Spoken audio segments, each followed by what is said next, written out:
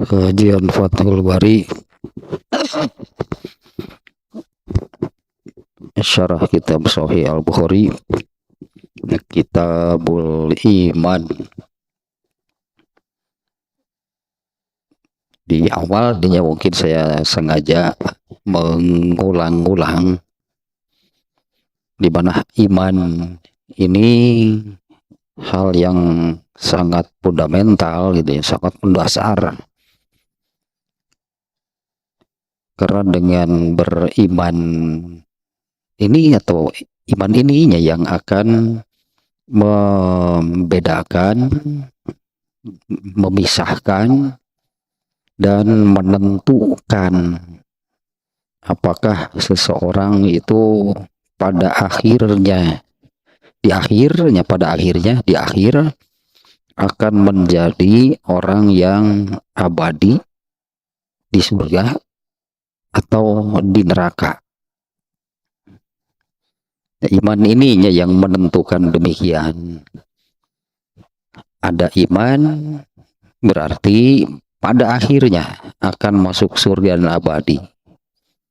Tidak ada iman tidak akan pernah masuk surga, maka abadilah di neraka.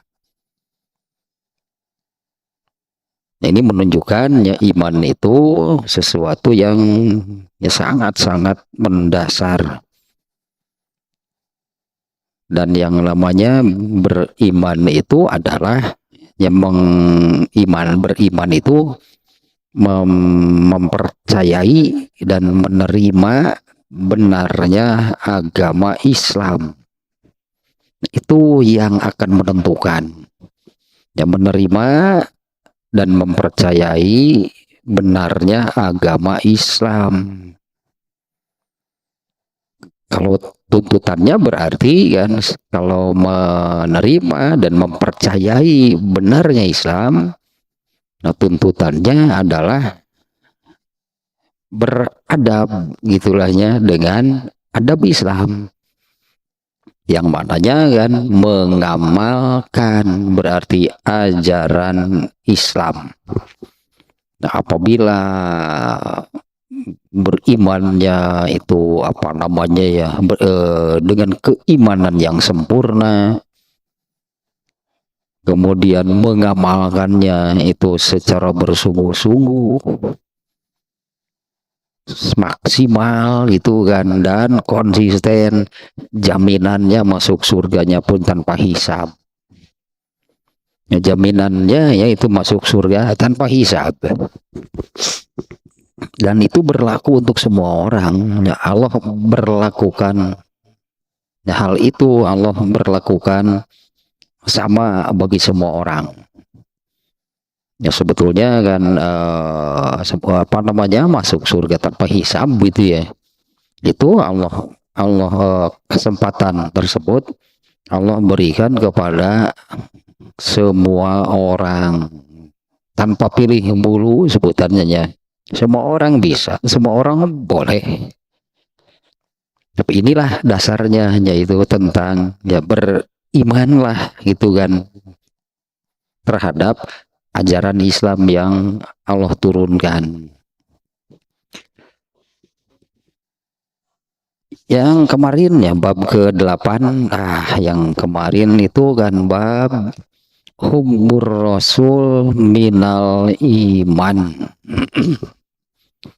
Yang mencintai Rasulullah Sallallahu Alaihi Wasallam itu bagian dari iman.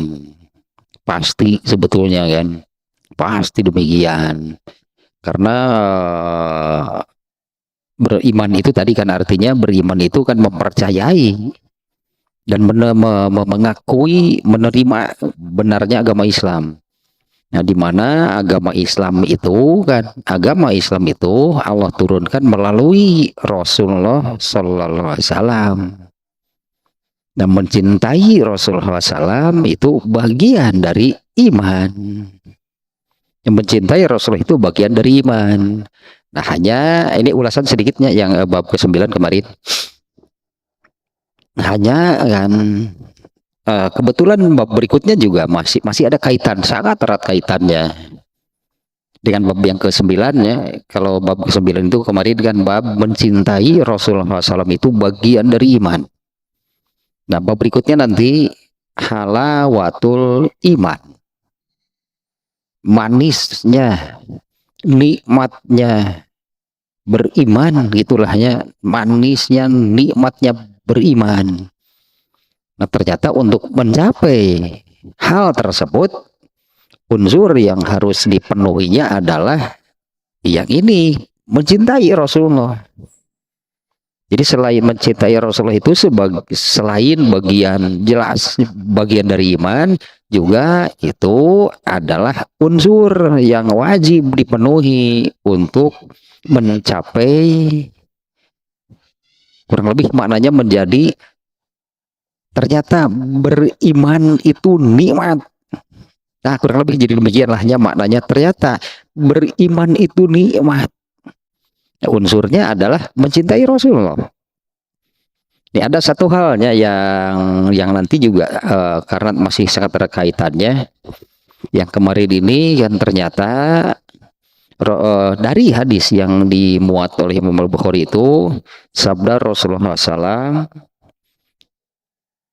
demi yang jiwaku berada di tangannya, fawallazi nafsi biyadihi, demi yang jiwaku berada di tangannya, demi Allah nih berartinya maksudnya demi Allah, la yu'minu ahadukum hatta akuna ahabba ilaihi min walidihi wa waladi, tidaklah benar-benar beriman sebelum aku lebih dicintainya. Ya, Rasulullah bersabda demikiannya, tidaklah benar-benar beriman sebelum aku lebih dicintai dibandingkan dengan orang tua dan anaknya sekalipun. Di hadis lain dengan manusia manapun. Nah, ada ini nih, ada hal yang mungkin kurang terekspos, kurang terekspos nih. Kemarin ya panjang lebar sebetulnya ini kan ulasan bahwa kalau orang tua mencintai anak, anak mencintai orang tua, itu kecintaan berbasis naluri. Tanpa agama juga demikian. Orang kafir juga demikian. Ateis juga demikian. Artinya ya basicnya ya, itu kecintaan naluri. Sementara kecintaan kepada Rasulullah SAW itu kecintaan berdasarkan ilmu. Mengapa kita harus mencintai Rasulullah lebih dibandingkan dengan kecintaan terhadap orang tua dan anak? Ini harus berdasarkan ilmu. Tanpa ilmu nggak akan bisa. Bukan karena naluri mencintai Rasulullah, bukan karena naluri, tapi karena ilmu. Tapi itu wajib, gitu kan? Tapi itu wajib. Rasulullah SAW itu lebih dicintai dibandingkan dengan siapapun. Ini berlaku mestinya, berlaku untuk semua orang.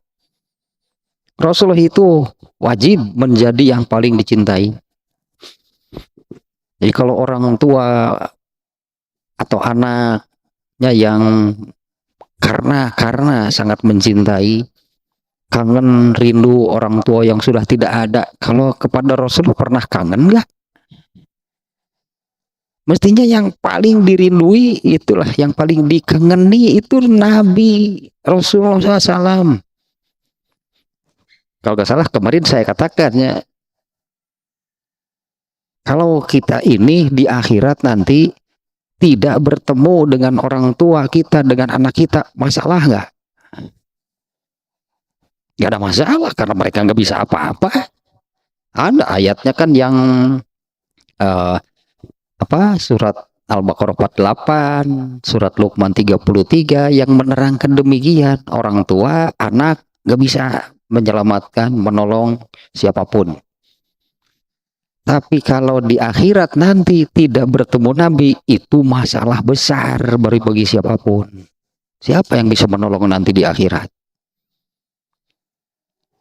Artinya kan ini menurut ini kan kecintaan kepada Nabi harus yang paling besar. Ya sama kan berarti kerinduan terhadap Nabi pun harus paling besar berarti. Maka kan jelas berarti kan cintailah Nabi. Rindukanlah gitunya, rinduilah Nabi. Bukan artinya tidak boleh rindu kepada orang tua, kepada anak gitunya. Itu kan secara naluri nggak bisa dihapus. Nggak bisa dihapus, tidak bisa dihilangkan. Tapi kecintaan dan kerinduan bertilahnya terhadap Nabi itu harus yang paling besar. Karena, nah nanti di bab ininya, mengapa gitu di sini nanti ada di bab berikutnya penjelasannya ya. Ya mengapa kecintaan kita, kerinduan kita kepada Rasulullah SAW itu harus lebih besar? Nah ini masalahnya sebetulnya. Karena yang menuntun, yang memberi petunjuk, yang menerangi hidup manusia itu adalah Rasulullah. Sementara orang tua bahkan banyak kan, bahkan banyak orang tua yang malah menyesatkan anaknya. Banyak anak yang malah menyesatkan orang tuanya. Banyak orang tua yang tidak menuntun itu, menunjukkan, menuntun anaknya jalan menuju surga. Banyak orang tua yang demikian. Tapi Rasulullah SAW dipastikan inilah orangnya gitunya yang menjadikan hidup manusia itu terang, menjadikan manusia itu hidup di jalan yang benar dan sebagainya lah itunya. Itulah ulasan sedikitnya dari yang kemarin, di mana redaksi hadisnya akan menunjukkan demikian. Tidak benar-benar beriman seseorang, tidaklah seseorang itu dikatakan benar-benar beriman sebelum Rasulullah SAW lebih dicintainya atau menjadi yang paling dicintainya dibandingkan dengan orang tua, anak, dan manusia manapun. Kalau nggak salah di akhir kemarinnya hadis yang ini Umar bin Khattab mengatakan waladzi Umar bin Khattab mengatakan la anta ya Rasulullah ahabbu ilayya min kulli syai'in illa min nafsi. Umar bin Khattab mengatakan engkau adalah orang yang paling aku cintai dibandingkan apapun kecuali diriku sendiri, kecuali diriku sendiri. Kemudian Rasulullah bersabda, lah tidak boleh demikian. Fawallazi bin nafsi biyadihi, demi yang jiwaku berada di tangannya, hatta akuna ahabba ilaika min nafsika. Aku harus lebih kamu cintai dibandingkan dengan diri kamu sendiri. Kemudian Umar berkata, fa innakal ana wallahi ahambu ilayya min nafsi.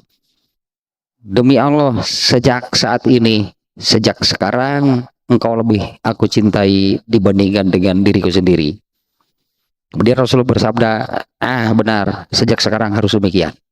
Nah jelas nih hadisnya demikian nih.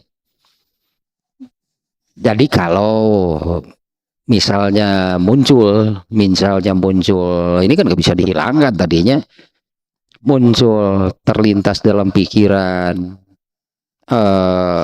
kerinduan lah itunya, teringat lalu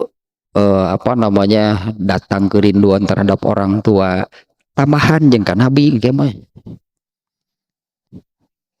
Ketika sedang ingat orang yang sangat kita cintai, Nabi yang harus tambahan gitu, ingatkan Nabi gitu, bukan hanya orang tua, ingat kepada orang tua yang sudah tidak ada, kita doakan pasti ikannya, kita doakan mereka, tambahan gitu aja nama kan Nabi.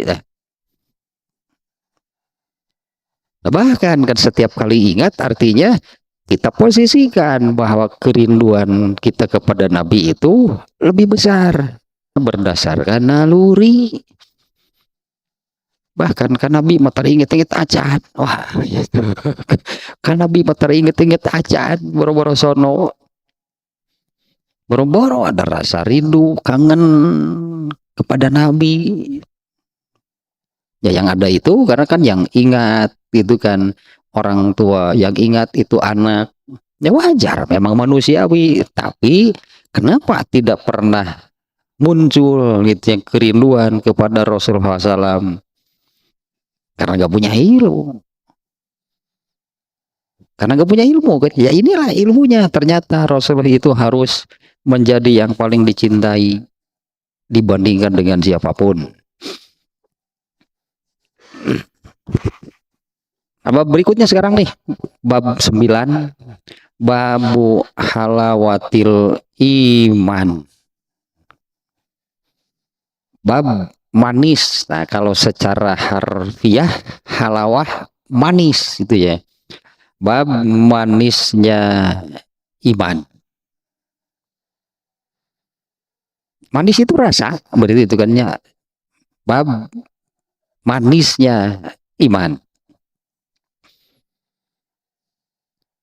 Judulnya dulu nih, atau kita baca dulu lah hadisnya. Ini judulnya demikian ya. Babu halawatil iman. Bab manisnya iman. Di awal tadi sudah saya sebut-sebut juga nih bab sekarangnya, bab ke-9 ini, bab manisnya iman itu maknanya gitunya, maknanya menjadi beriman ya. Beriman itu nikmat gitulah ya. Beriman itu nikmat ya, nikmat gitulah, nikmat, nyaman, apalagi lah gitunya, nikmat, nyaman, menenangkan, bahagia. Beriman itu demikian ya. Beriman itu nikmat. Beriman itu menyenangkan, menenangkan, bahagia. Sering saya katakan bahwa nah sebetulnya kan yang dengan berbagai aktivitasnya seluruh manusia itu sebetulnya hanya satu yang dituju, yang dicari, yang ingin diraih, yaitu bahagia. Ya, dengan berbagai aktivitas yang dilakukan oleh seluruh manusia, mau apa semuanya itu melakukan apa ya aktivitas mereka. Yang senang mencari orang sudah yang senang, kalau bahagia dah. Itulah yang dicari, diinginkan oleh manusia. Nah, padahal, nah ini nih, inilah ilmunya, nih di sini adanya gitu, apa yang dicari oleh manusia. Ingin merasa tenang, ingin merasa nyaman, ingin merasa nikmat, ingin bahagia itu, ya inilah. Kita baca dulu nih hadisnya nih. An Anasin radhiyallahu anhu anin Nabi sallallahu alaihi wasallam. Ini hadisnya cukup populer nih, hadis ini populer ya. Qala salasun man kunna fihi wajada halawatal iman. An yakunallahu wa rasuluhu ahabba ilaihi mimma siwahuma. Wa ayyuhibbal mar'a la yuhibbuhu illa lillah. Wa ayyakraha an ya'uda fil kufri kama yakrahu an yukzafa. Dari Nabi Shallallahu Alaihi Wasallam, beliau bersabda, ada 3 perkara. Nah, ada 3 hal. Ini susunan bahasa Arabnya. Ada 3 perkara, ada 3 hal. Barang siapa ketiganya ada pada dirinya, susunan Arab pisan teh. Ada 3 perkara, barang siapa ketiganya ada pada dirinya, pasti dia akan, nah itu pasti dia akan meraih, pasti dia akan mendapatkan, merasakan, berarti ya pasti dia bisa meraih ini, mendapatkan dan merasakan manisnya iman. Nah, manis itu ya nanti kenapanya Rasulullah di sini hadisnya kan menggunakan kata halawah, menggunakan kata manis. Yang maksudnya ya tadinya pasti akan bisa mendapatkan dan merasakan betapa beriman itu nikmat. Beriman itu tadi hanya nyaman, menenangkan, dan bahagia beriman itu. Nah, ada 3 unsurnya ya. Ada 3 perkara jika terdapat pada diri seseorang, maka dia akan mendapatkan, merasakan manisnya iman. 1 nih, karena ada 3 ya. Pertama, an yakunallahu wa rasuluhu ahabba ilaihi mimma siwahuma. Allah dan Rasulnya. Nah, di sini disebut 2, Allah dan Rasulnya. Lebih dicintainya dibandingkan dengan siapapun, dibandingkan dengan selain keduanya. Artinya dibandingkan dengan siapapun, dibandingkan dengan apapun lah. 2, nah itu yang pertama, hanya Allah dan Rasulnya lebih dicintai dibandingkan dengan selain keduanya. 2, wa ayyuhibbal mar'a la yuhibbuhu illa lillah. Mencintai seseorang. Nah, ini kan naluri, ini mencintai seseorang. Seseorangnya siapa? Ya semuanya lah, suami ke istri dan sebaliknya, orang tua ke anak kan mencintai seseorang. Atau mencintai siapapun lah, itunya jangan diterjemah seseorang, mungkin lebih baik diterjemah mencintai siapapun. Wa ayyuhibal mar'a, mencintai siapapun, wala yuhibbuhu illa lillah, namun tidak mencintainya kecuali karena Allah. Nah, ini kan naluri tadi kan, mencintainya manusia memang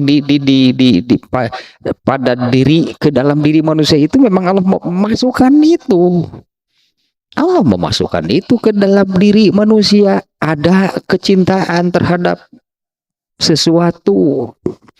Itu naluri, itu manusiawi. Karena Allahnya di mana? Nggak perlu agama, nggak perlu, karena Allah itu sudah ada. Nah, tapi dengan ilmu juga bahwa mencintainya, mencintai siapapun itu apa namanya ya, baru bernilai, gitulah hanya baru bernilai apabila mencintainya itu karena Allah. Ini juga harus dengan ilmu. Yang ketiga, wa ayakraha an ya'uda fil kufri kama yakrahu an yukzafa finnar. Benci untuk kembali kepada keburukan, terutama alahnya yang terbesar adalah kekufuran. Ini kalau kita melihat para sahabatnya dulu, para sahabat banyak kan mereka itu yang asalnya kafir, asalnya penyembah berhala, kemudian mereka masuk Islam. Nah, maka ini unsur ketiga itu, kalau bagi orang yang demikian ya, bagi orang yang pernah kafir sebelumnya, seperti para sahabat. Abu Bakar pernah kafir, Umar bin Khattab sebelumnya kafir, kemudian masuk Islam. Dan mereka benci untuk kembali kepada kekufuran sebesar nih, rasa bencinya itu sebesar kalau dia dilemparkan ke dalam neraka. Nah, bukan hanya kekufuran nih maknanya, benci untuk kembali kepada keburukan. Berarti setelah tobat maka benci untuk kembali itulahnya kepada keburukan yang sebelumnya pernah dilakukan, ya sebesar begini maknanya, rasa bencinya itu sebesar kebenciannya apabila dilemparkan ke dalam neraka. Nah, itu hadisnya hanya satunya, yang itu yang judulnya Babu Halawatil Iman, ya, bab manisnya iman, dengan satu hadis yang ya sangat jelas menunjukkan demikian. Sekali lagi ini terjemahnya. Rasulullah SAW bersabda, ada 3 perkara. Barang siapa ketiganya nih, bukan tidak boleh hilang satu nih. Barang siapa 3-tiganya ada pada diri seseorang, pasti dia akan meraih, mendapatkan, merasakan nikmatnya, manisnya, nikmatnya iman. 1, Allah dan Rasulnya lebih dicintainya dibandingkan dengan siapapun. 2, mencintai siapapun, dia tidak mencintainya kecuali karena Allah. Yang 3, benci untuk kembali kepada keburukan. Apalagi keburukannya itu sampai murtad, dadinya malah balik lagi jadi kafir lagi. Nah, benci kembali kepada keburukan sebesar kebenciannya apabila dilemparkan ke dalam neraka. Nah, demikiannya judul dan hadisnya. Nah, sekarang nih pembahasannya berdasarkan kitab ininya Ibnu Hajar Al-Asqalani nih, menerangkan bab dan hadisnya panjang nih. Saya kira nggak akan selesai sekarang nih. Banyak catatan nih dari yang baca penjelasan beliau tentang bab dan hadis ini. Nah, yang pertama, kata halawah, tadinya halawah, babun halawah, bab halawah, bab manisnya iman. Ini apa namanya, buah, mungkinlahnya buah hasil atau akhirat, apalahnya gitunya, buah lah gitunya, anggap dari iman. Nah, nanti nih ada Ibnu Hajar Al-Asqalani ya menganalogikan iman itu dengan sebatang pohon, di mana pohon itu kan nanti berbuah, dan manisnya itu dari buahnya, bukan dari pohonnya gitunya. Manisnya itu bukan dari pohonnya, tapi kalau pohon itu sudah berbuah, nah buah itu yang rasanya manis. Kalau kita nanam pohon durian kan bukan pohonnya kan yang nikmat. Dokter ngagorogotan tangkal kadu, atau lain tangkal kadu digorogotan mah. Bukan, nah itulah gambarannya ya. Ini imannya, nanti iman ini akan berbuah. Jadi prosesnya panjang, berarti ini kan menunjukkannya prosesnya panjang. Kalau kita misalnya seperti ini, kalau kita menanam apanya kangkung, kangkungnya nu di sayur teh. Kalau ini maksudnya bukan seperti kangkung toge toge melak toge yang dimakan toge. Nah, kalau kita menanam kangkung ya kangkungnya kan. Tapi kalau menanam durian bukan pohonnya. Nanti pohon itu akan berbuah. Berarti panjang nih prosesnya. Lama pasti, perlu proses, perlu waktu. Pohonnya harus dipelihara, dipupuk supaya nanti berbuah. Kan lama, perlu proses, perlu waktu. Ini juga sama nih. Di bab awalnya, di awal ini di sini juga muncul terbawa gitu ya, bahwa kan iman seseorang itu kan terus fluktuatif, naik turun. Nah, untuk bisa memiliki 3 unsur ini, itu di perjalanannya itu yang turun naik. Kalau yang sudah tinggi itulah imannya yang terus naik, baru bisa nih memiliki 3 unsur ini. Prosesnya panjang berartinya nantinya, prosesnya panjang, butuh waktu, butuh apa namanya ketelatenan, ya terus butuh ketelatenan, perlu kesungguhan ya untuk bisa memiliki 3 unsur ini. Ini bukan perkara mudah nih, karena ini kalau diibaratkan pohon tadi, kita menanam pohon itu mau apa sih? Ya kan menanam pohon itu mau apa? Ingin mendapatkan hasil akhir, itulahnya hasil akhir dari kita menanam pohon itu adalah pohon itu berbuah dan buahnya bisa kita petik, bisa kita makan. Kan ini kan muaranya, ini kan akhir dari kenapa kita menanam pohon, mau apa, untuk apa? Nah, ingin mendapatkan hasil itu dari pohon yang kita tanam tersebut, pasti perlu waktu, pasti perlu proses. Nah, tadilah perlu ketelatenan kan, perlu kesungguhan kalau menginginkan hasil yang maksimal.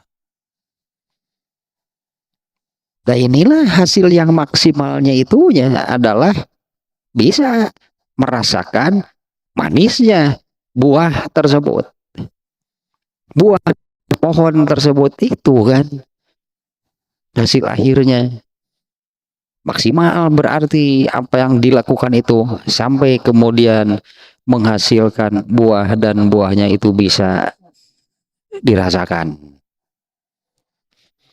Nah, itu yang pertamanya tentang halawah, itu rasa secara harfiah itu manis.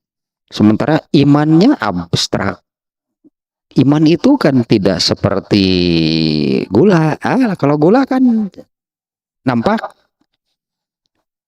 lalu kita makan. Nah, itu terasa manis. Nah, kalau iman merasakan manisnya, karena di sini menggunakan kata halawah tadinya, merasakan manisnya iman. Mana imannya kan tidak nampak. Terus rasa manisnya itu seperti apa? Manisnya abstrak pasti, karena imannya juga abstrak.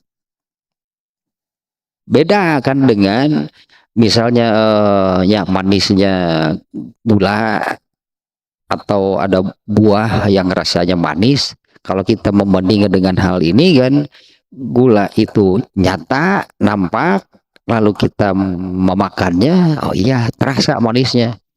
Nah, kalau imannya mana? Imannya abstrak, ya manisnya juga abstrak. Nah, sehingga maknanya itu tadinya bukan manis seperti gula-gula. bukan manis seperti permen, bukan. Makanya ya saya awali tadi, yang dimaksud dengan manisnya iman ini, beriman itu nikmat. Ya nikmat itu kan rasa. Beriman itu ya, tadilah bukan hanya nikmat, menenangkan, nyaman, bahagia.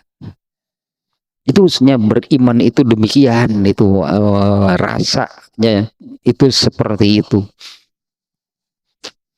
Nah berikutnya nih,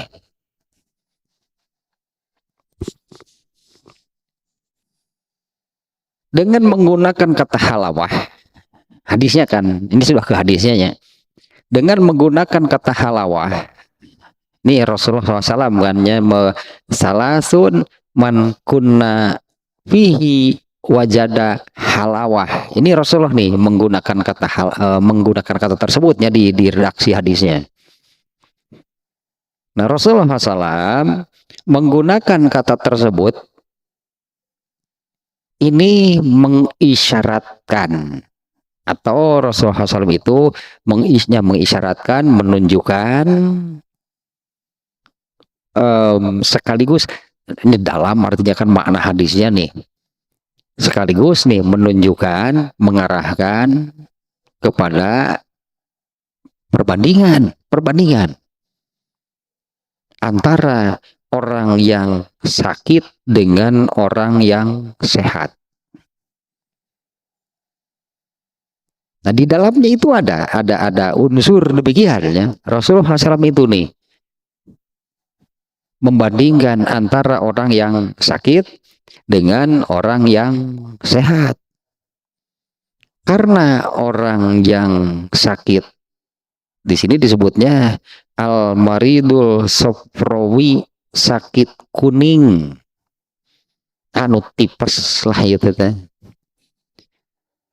Orang yang sakit tifus ya, orang yang sakit tifus itu yajidu to'mal asali murron. Orang yang sedang sakit tifus itu dia mendapati bahwa madu itu pahit. Ini apa karena madu pahit? Sekarang sih ada sih madu pahit. Eta mah dicampuran batrawali, eta mah madu asli berarti. Madu itu rasanya manis. Aslinya madu itu rasanya manis. Tapi kenapa bagi orang ini begitu dia mengecap madu tersebut, dia mengatakan ini rasanya pahit. Berarti orang ini sakit. Yang saya tahunya diantaranya penyakit yang itu membuat semua yang dimakan itu pahit, apapun yang dimakan itu rasanya pahit, yaitu orang yang sedang sakit tipes. Orang yang sakit tipes itunya apapun itu yang dimakannya itu pahit. Nog asin wae pahit, sidik ngaranege nog asin, telur asin pahit. Madu saja yang jelas-jelas manis pahit. Berarti bukan madunya yang pahit, bukan telur asinnya yang pahit, tapi dia ini sakit. Kalau menurut orang yang sehat, ketika dia makan telur asin rasanya asin. Ketika dia minum madu manis. Nah artinya iman itu ada rasanya nggak? Judulnya saja sudah seperti ini. Iman itu manis. Babu halawatil iman. Jadi ini judulnya, iman itu rasanya manis. Kalau menurut kita bagaimana? Pahit. Tipes berarti hati-hati. Berarti sakit. Di judulnya itu babu halawatil iman. judul seperti ini kan Imam Bukhari mengambil dari, memang di redaksinya juga Rasulullah menyebut halawah. Halawatul iman itu redaksi hadis. Apa sih maknanya halawatul iman? Berarti iman itu rasanya manis. Di mana Rasulullah SAW ya, tersirat di dalamnya, beliau mengibaratkan madu. Rasanya bagaimana? Madu itu manis. Tapi kenapa ada orang yang mengatakan pahit? Kayak itu nu salah, itu nu mana? Yang salah siapa? Ya, kenapa madu yang rasanya manis itu bagi orang tertentu, begitu dia merasakan, dia mengatakan pahit, bukan madunya yang bermasalah, orangnya berarti yang sedang sakit, orangnya yang sedang sakit. Mengapa ada orang yang beriman? Ya kalau orang yang tidak beriman, maka memang tidak ada di dalam dirinya. Artinya bahkan dia merasa gitulahnya, mencoba sebutnya. Ini ada madu, mau mencoba saja, coba nih dirasa gitu madu ini, nggak mau, mereka tetap saja kafir. Jadi mereka nggak pernah tahu, beriman itu apa. Nggak mau saja pokoknya, itulahnya, pokoknya nggak mau saja nih. Nah bagi orang yang beriman nih, bagi orang yang beriman, terasa nggak? Itulah, terasa nggak bahwa iman itu manis? Ini juga mengisyaratkan, berartinya tidak semua orang yang beriman bisa merasakan nikmatnya beriman. Ya, tidak semua orang yang beriman itu bisa merasakan nikmatnya beriman. Nah, kalau saya katakan tadi beriman itu yang nikmat, yang menenangkan, nyaman, bahagia, itu beriman itu. Nah, itulah yang disebut, karena manis kan bukan seperti merasakan gula kan. Nah, tidak semua yang beriman bisa merasakan rasa dari iman tersebut. Kalau orang kafir sudah jelas mereka nggak akan bisa merasakan. Jadi kalau orang kafir itu hakikatnya nggak ada hidup tenang sebetulnya. Tidak ada hidup tenang, tidak pernah merasakan nikmat yang sesungguhnya, tidak pernah merasakan kenyamanan, kebahagiaan yang sesungguhnya. Bagi mereka itu semuanya hanya dipenuhi dengan hal-hal keduniaan yang bersifat nisbi, bukan yang hakiki. Orang Islam malah ikut-ikutan seperti mereka, memenuhi gitunya rasa nikmat, ketenangannya, kebahagiaannya dengan hal-hal duniawi, ya sama saja dengan kafir, tidak akan terpenuhi sebetulnya. Kecuali, nah karena kenikmatan duniawi itu kenikmatan abal-abal, kenikmatan kaleng-kaleng, kenikmatannya palsu, itu kenikmatan, kedamaian, kenyamanan palsu semuanya, kenikmatan abal-abal, kaleng-kaleng itu. Nah ini nih yang kenyamanan, kebahagiaan yang sesungguhnya, yaitu beriman. Nah, kembali lagi nih ke sini nih. Jadi di dalam redaksi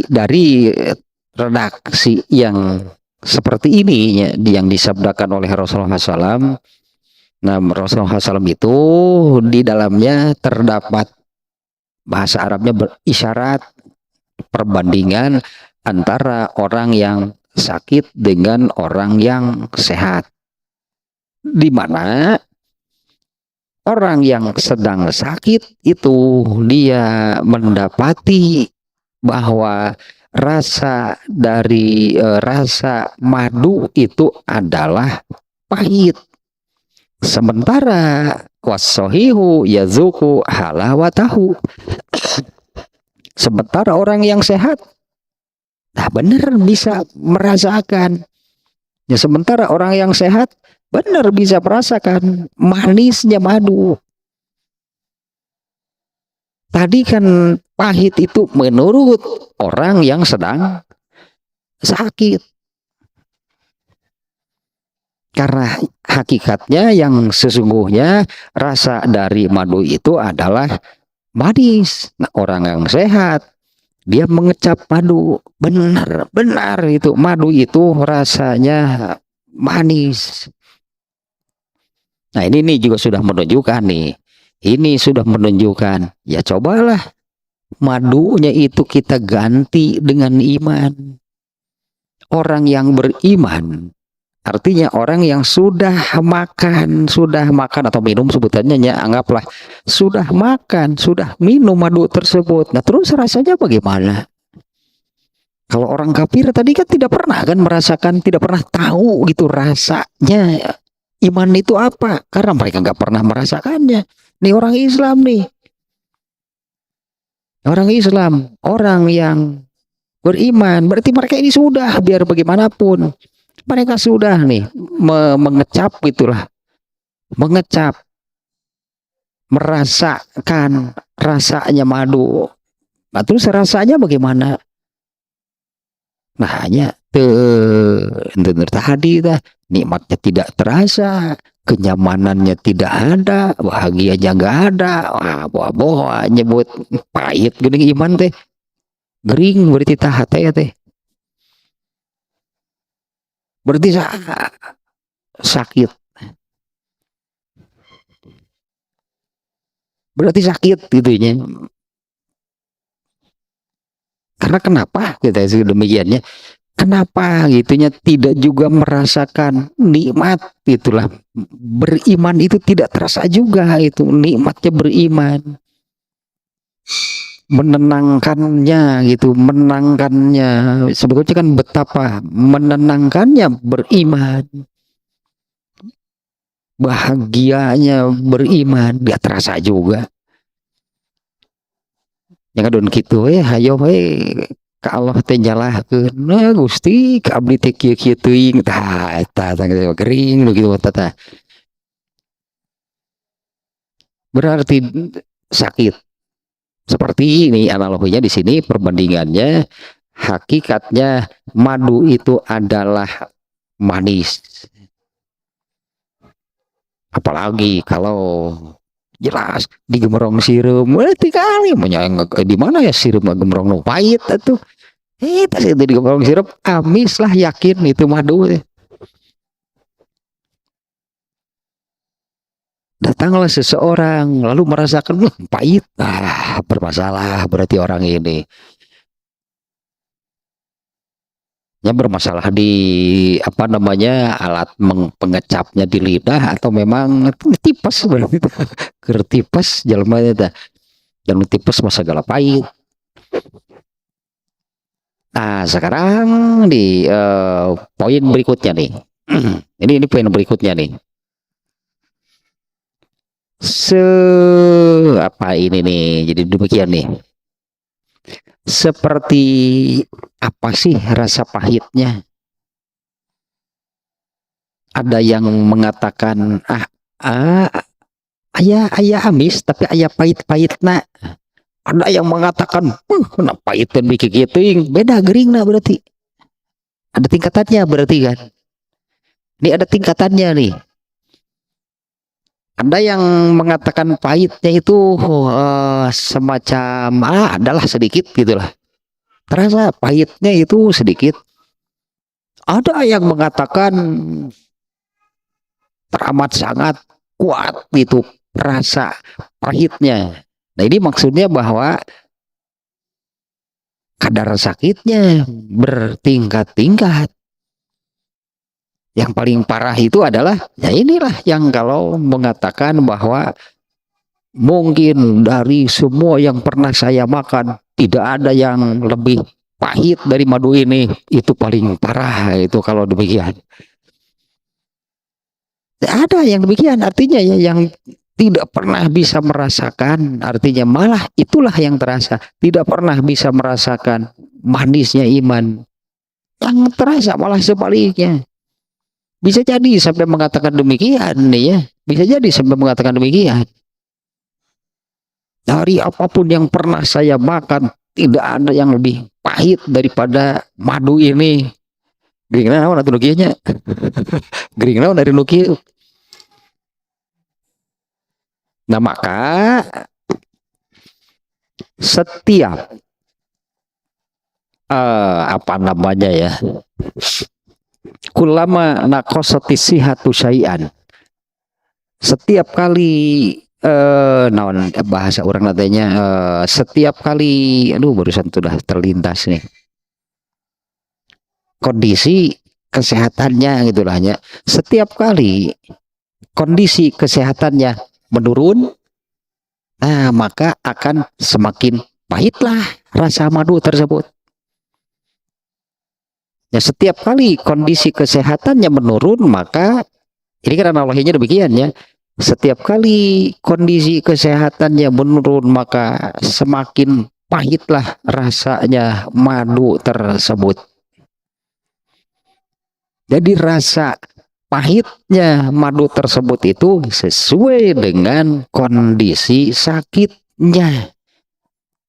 Setiap kali penyakitnya bertambah berat, setiap kali kondisi sakitnya itu terus ya, kondisi badannya, kondisi kesehatannya lah. Setiap kali kondisi kesehatannya menurun, setiap kali penyakitnya bertambah berat, maka rasa dari madu itu semakin pahit. Nanti berarti sebaliknya juga. Sebaliknya juga. Apabila kesehatannya semakin baik, keimanannya semakin naik, maka semakin manis situ rasa madu tersebut. Nah, berbanding terbalik berarti kalau kondisi kesehatannya terus menurun, penyakitnya semakin berat, maka si madu ini akan terasa semakin pahit. Nah, sebaliknya apabila badannya semakin sehat, semakin bugar, semakin fit lah gitu ya. Nah, ini ibarat keimanan seseorang yang terus kondisinya naik, sebaliknya justru nikmatnya, manisnya madu itu semakin terasa. Ya, nikmatnya dan manisnya madu ini semakin terasa. Kalau sudah demikian pasti ketagihan. Pasti ketagihan. Ya, karena ini kan nikmat. Ini kan nikmat. Ini rasanya manis, ini nikmat. Ini karakter manusia nih. Apabila sudah merasakan kenikmatan, merasakan itunya, apabila sudah merasakan kenikmatan dari sesuatu, pasti ingin lagi. Pasti ingin lagi.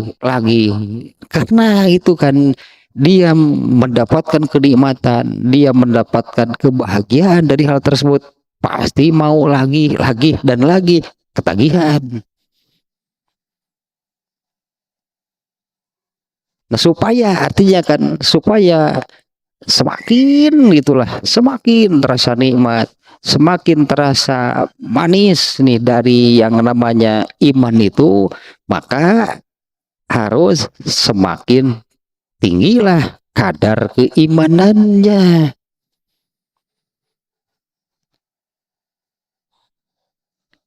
Kembali lagi ke sini nih. Maka kullama naqasat as-sihhatu syai'an, setiap kali kondisi kesehatannya menurun, setiap kali penyakitnya bertambah berat, maka semakin terasa pahitlah madu tersebutnya sesuai dengan kondisi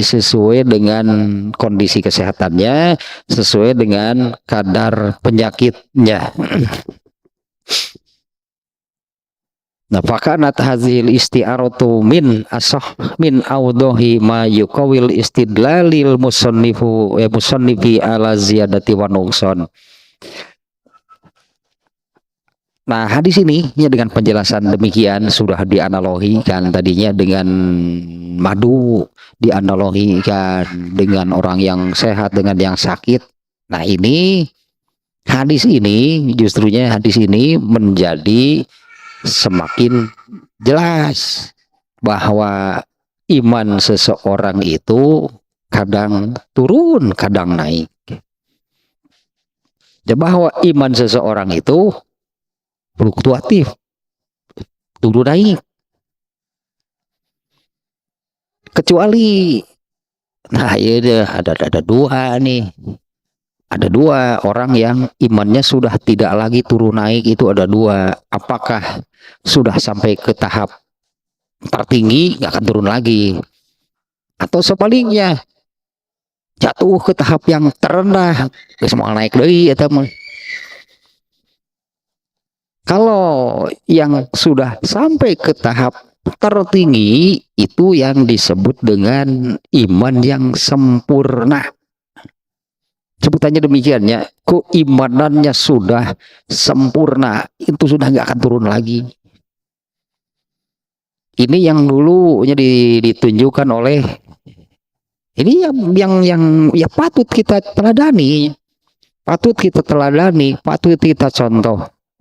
Ini yang dulu sudah ditunjukkan oleh para sahabat. Di mana keimanan para sahabat itu ya terutama sahabat-sahabat yang ininya yang 10 orang sahabat yang dipastikan masuk surga tanpa hisab. Wah, keimanan mereka sudah benar-benar sampai ke topnya, ke puncaknya. Di antaranya hanya dengan gambaran seperti ini nih, salah satunya dengan gambaran seperti ini. Di antara 10 orang sahabat tadinya, ini Umar bin Khattab bukan salah seorang di antaranya. Rasulullah SAW menggambarkan apabila setan berjalan di satu lorong, lalu Umar bin Khattab juga berjalan di lorong tersebut dengan arah yang berlawanan, maka setan yang akan lari, setan yang akan kabur. Apabila setan bertemu dengan Umar bin Khattab di satu lorong, di satu gang gitunya lorong, maka setan yang akan kabur. Apa makna hadis tersebut? Ya, apa makna hadis tersebut? Umar bin Khattab sudah tidak bisa digoda oleh setan. Mengapa bisa demikian? Karena hatinya, setan itu kan jiwaswi sufi sudurinas kan, jiwaswi sufi sudurinas. Setan itu kan berbisik-bisiknya di hati manusia. Rasulullah menggambarkan demikian. Apabila setan bertemu dengan Umar bin Khattab di satu lorong, di satu jalan, di satu gang, setan yang kabur. Apa makna hadis tersebut? Umar sudah tidak bisa digoda. Setan sudah nggak bisa, sudah menyerah, gitulah ya. Setan sudah menyerah untuk menggoda Umar bin Khattab. Tapi bukan artinya berhenti menggoda, atau pensiun jadi setan, atau pensiun jadi setan kalau berhenti menggoda. Tapi setan sendiri artinya sudah merasa bahwa Umar nggak akan tergoda. Tapi kalau membisikkan mah nggak berhenti, ya terus yang kayak dihisab bu Allah, mana kunaon urun nggak goda, setan dihisab bu Allah. Kenapa kamu berhenti menggoda? Maksudnya Umar bin Khattab itu sudah tidak bisa dipengaruhi, digoda oleh setan. Mengapa bisa demikian? Karena hati Umar bin Khattab itu sudah penuh dengan iman, nggak ada ruang untuk setan.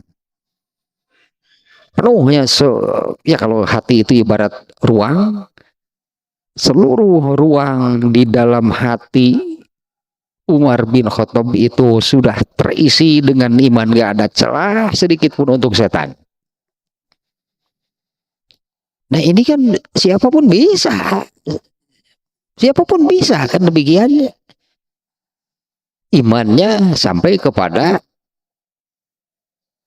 tahap sempurna, nggak ada lagi ruang untuk setan. Nah kalau sudah seperti ini nggak akan turun, iman nggak akan turun lagi. Dan sebaliknya ada juga yang kalau imannya itu jatuh ke titik nadir, ke titik terendah, teh mereka hudang teh hesek, nu eta mah tersisalah iman sebesar debu di dalam hatinya. Nah inilah kan orang terakhir yang dikeluarkan dari neraka kemudian dimasukkan ke surga juga pada akhirnya. Orang terakhir yang dikeluarkan dari neraka, artinya paling lama nih orang ini disiksa di neraka nih, dibandingkan dengan semua yang disiksa di neraka kemudian dikeluarkan. Ya ini orang terakhir, yaitu orang yang hanya punya iman sebesar debu. Nah kalau keimanan sudah jatuh ke titik nadir, tersisalah tinggal setitik imannya, nah ini sudah sulit untuk naik lagi. Bahkan bukan tidak mungkin imannya akan mati. Kalau ibarat pohon tadi, mati pohonnya, imannya akan mati, imannya hilang dari dalam hatinya. Yaitulah orang-orang yang keluar dari Islam, imannya hilang dari dalam hatinya. Nah itunya kalau iman itu kan sekali lagi nih, ini kata Ibnu Hajar Al-Asqalani ini ya, analogi seperti yang tadi, inilah penjelasan paling jelas yang apa namanya, penjelasan paling jelas gitu dari sabda Rasulullah, SAW bahwa iman itu fluktuatif, iman itu turun naik. Kecuali nubi kita, orang yang imannya tidak akan turun naik lagi kalau iman itu benar-benar sudah sampai ke tahap sempurna, nggak akan turun lagi. Atau iman itu turun ke titik nadir, nggak akan naik lagi. Kalau yang ini malah bisa hilang imannya, bisa hilang sama sekali. Artinya itu orang yang menanggalkan keimanannya, dia murtad, dia keluar dari Islam. Padahal asalnya beriman, asalnya kan beriman itu percaya kan, asalnya percaya, asalnya menerima benarnya agama Islam. Nah hal itu kemudian dia tanggalkan, dia buang, dia keluarkan dari dalam hatinya. Ya berbaliklah, dia tidak lagi percaya, tidak lagi menerima benarnya Islam. Nah itulah orang-orang yang murtad, imannya mati, imannya hilang. Nah, ternyata saya katakan ini panjang nih pasti pembahasannya nih tentang ini, tentang halawatul iman ya, dan wah ini satu bab lahnya yang amat sangat penting nih. Baru awal nih ya, baru sampai yang barusan itunya, dan masih sangat panjang. Di pembahasannya masih sangat panjang nih, catatannya juga masih sangat banyak. Ya kenewa ya, nah dayanya karena menurut saya ini amat sangat penting nih bab ini nih. Karena memang ya tadi bisi kita ini beriman tapi nah itu seperti itu kan. Kita merasakan madu, nah itu pahit kan ya wae. Yang salah apa? Bukan madunya. Gering berarti tabisi hati tipes, hati na tipes, berarti dari segala pahit menukar tipes.